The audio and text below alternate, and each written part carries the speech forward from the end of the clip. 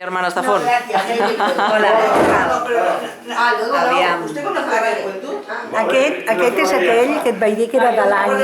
Seria de l'any 19 o de l'any 16, és que exactament no ho sé. Impressionant aquesta foto. Quin carrer és? Carrer Ronda de la Torrassa, abans era Albareda, no? I ara Ronda de la Torrassa. Ronda de la Torrassa, quin número, més o menys? El 170 seria, o 100, sí, perquè el del Lluís és 172, 170. I això és una família que està asseguda davant de... Era una taverna. Una taverna. Era una taverna i llavors aquest senyor, aquesta senyora i el senyor que no hi és, els dos eren els amos, bueno, els que era d'ells, i els altres els fills i amics. De l'any 16 i 17, sí, parlem de fa molt, eh? Sí. Després, aquesta també al carrer Progrés. Quin any seria això? París. Això seria l'any 51-52.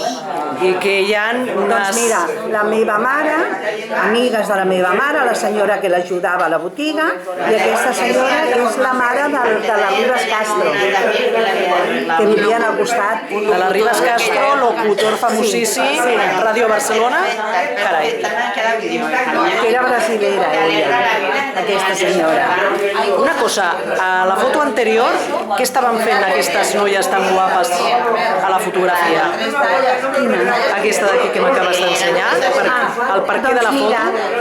Com eren, això era una botiga de comestibles i llavors eren clientes i amigues i com compraven d'aquí, llavors es veu que un dia l'haurien dit anem a fer-se la fotografia, no sé per què, perquè jo no sé si havia nascut encara.